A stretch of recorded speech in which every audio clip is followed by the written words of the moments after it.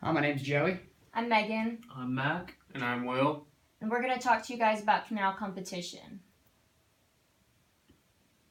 So the factors of canal competition that we found as the most important are annual tonnage, annual transits, global market access, length of canal, fees or charges for canal usage, most recent expansions, and the risk of traveling through the canals. As you can see from this picture, both the Panama and the Suez canals greatly improved world trade. Alright, I'm going to talk a little bit more about the Panama Canal. It was originally opened on August 15th, 1914. It is 48 miles long. It is utilized by 51% of all water traffic between Asia and the United States Pacific East Coast. Links the Pacific Ocean and the Caribbean Sea. It eliminated the need to sail around South America, which reduced 8,000 miles from shipping routes. It's used by around 14,000 ships per year. They charge tolls based on the vessel's type, size, and the type of goods.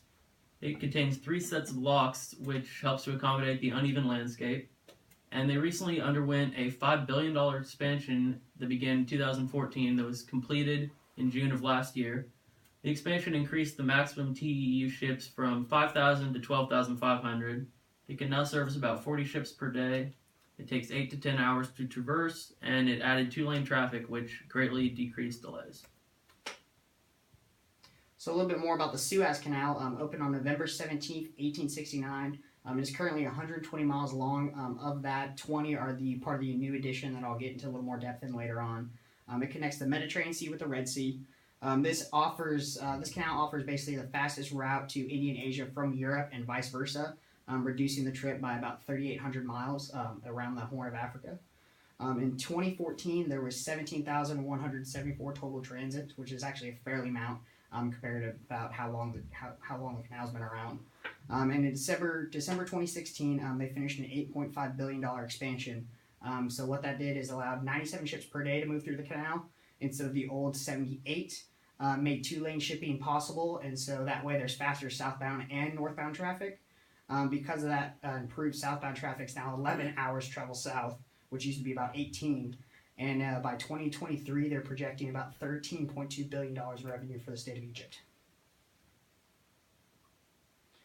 So some possible risks due to the fact that the Suez Canal is located in the Middle East. That is a high tension, high conflict zone, so that can affect traffic through the canal. An example of this was the outcome of the 6-Day War.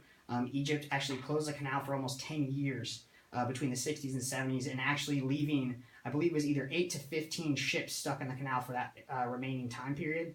And also the fact that you have to pass the Somali coast, you do have to worry about the threat of pirates. And some of the risks faced by the Panama Canal: it's subject to the El Nino weather pattern that can cause major droughts at random times and can greatly affect water travel. And it's also subject to other extreme weather patterns like hurricanes and typhoons. Another problem is that it's subject to longer periods of time in open water than for the Suez.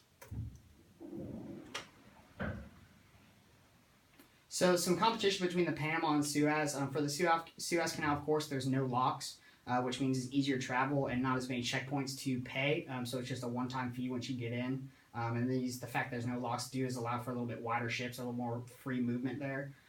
The fact that it's a 2-lane shipping movement, like I said, allows northbound and southbound traffic at the same time. Prior to the expansion, that was not possible. It's ideal for shippers trying to reach Asia and India from Europe, and also vice versa from Asia and India to Europe. The average size of the ship that comes through the Suez Canal is about 7,800 TEUs, versus the Panama Canal, which is about 4,500 TEUs. But, of course, with that new expansion, it might be getting bigger to compete with the Suez. And some of the advantages that the Panama Canal has is it's more of an ideal route for Asian and American shippers trying to reach each other's markets. And it actually has an advantage in that it carries 73,000 weekly TEUs versus the Suez's 70,000.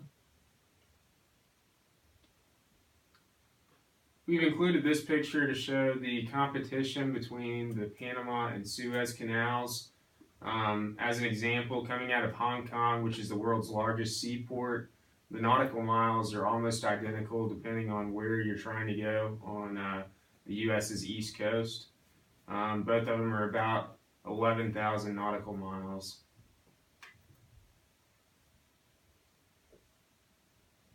How is this relevant to international logistics? Both canals help out a substantial amount of time, cutting out shipping routes. The Panama Canal saves ships about 8,000 miles around the coast of South America, and the Suez Canal saves ships about 4,000 miles around the coast of Africa. The Suez Canal accounts for 7% of the global seaborne trade, and the Panama Canal accounts for 6% of the global seaborne trade. The Panama and Suez Canals are the cornerstone for international maritime shipping. Which would you choose?